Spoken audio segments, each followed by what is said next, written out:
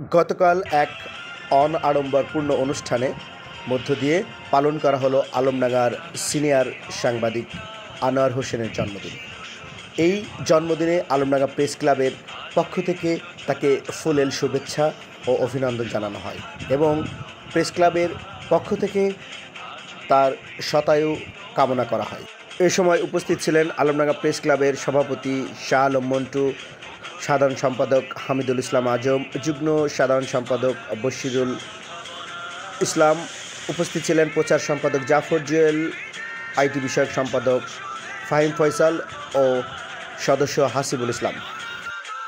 আমরা যারা বন্যায় কর্মরত সাংবাদিক আছি, আমরা আজকে তার এই ব্যবসা প্রতিষ্ঠান কুটুমবাড়িতে এসে আজকে আনোয়ারকে আমরা জন্মদিনের শুভেচ্ছা জানাচ্ছি। ফুলের তোড়া দিয়ে আমরা তাকে অভিনন্দন জানিয়েছি। সেই সাথে আমরা চাচ্ছি যে আনোয়ার হোসেন এমনিভাবে আমাদের মাঝে শতায়ু হয়ে বেঁচে থাকুক।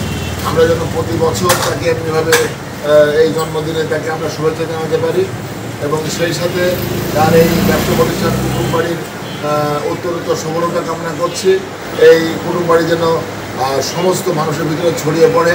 আমরাও এমনিভাবে কুটুমবাড়িতে প্রতি বছর এসে যেন মিষ্টিমুখ করতে পারি এবং আমরা সেই সাথে আমাদের সহকর্মী আনোয়ারকে এই ফুলের শুভেচ্ছা জানাতে পারি। সাংবাদিক ভাইয়েরা, আমি অনেক অনেক অনেক আনন্দিত আপনাদের এই শুভেচ্ছা পেয়ে। সকলকে আমার পক্ষ থেকে অনেক অনেক ধন্যবাদ এবং অভিনন্দন।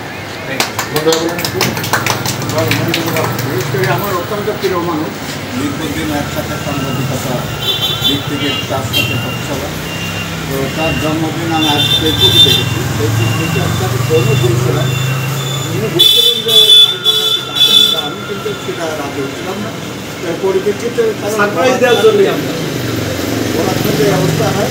সেই হিসাবে ফাইভ ফয়সাল আমার লিঙ্ক দেওয়ার পরে তারপরে অফিসে একটি দেখি যে আমার প্রসিদ্ধ সাংবাদিক আবু বসু, তারপরে জুয়েল,